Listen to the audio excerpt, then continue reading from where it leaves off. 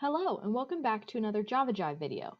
Today I'm going to be explaining different software development methodologies while also demonstrating the benefits of creating OER or Open Education Resources. Open education resources are becoming more and more important. The key thing about OER is that it is an online resource that is freely accessible and available for anyone to use. Mainly used for teaching and research, this allows students, professors, and professionals to access and create resources for a cheaper cost than before. So HAX CMS, which is this site right here, is a content management system that allows the user to create a site with multiple pages. These pages are able to be edited to add content of any type, such as embedded videos, images, quotes, and more.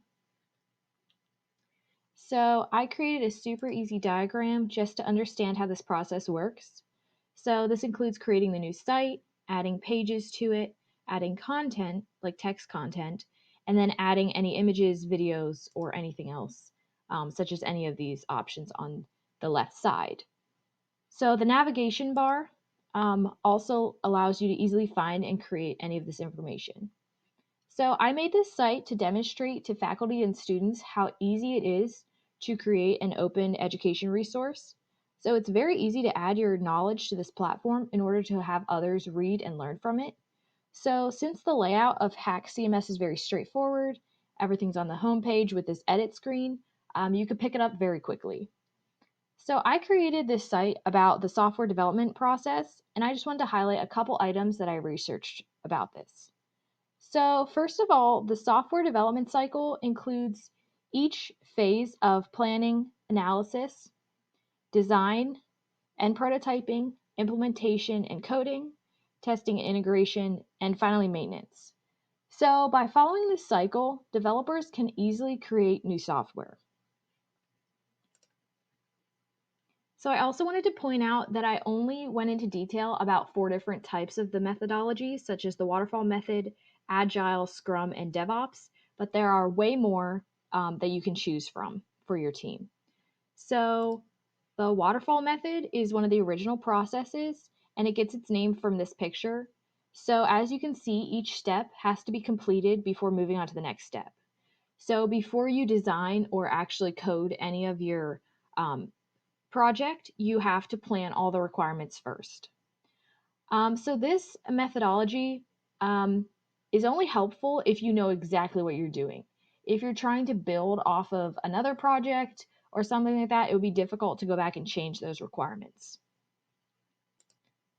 So Agile works in a circular way where every sprint process or a short period of time, such as 1 to 4 weeks in length, you go through this cycle.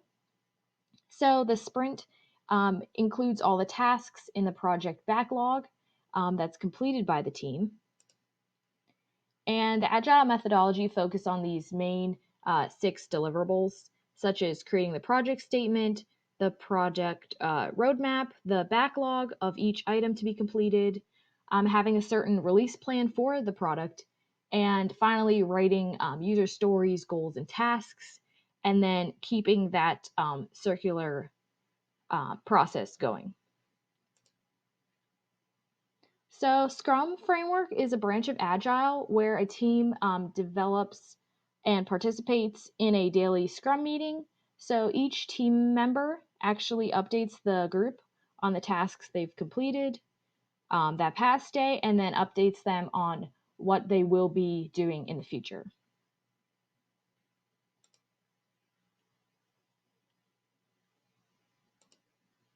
So, there are many more types of methods to try out. Those were just a couple that I went over, but there are so many different ways, and each of these methodologies can also be changed to fit your team.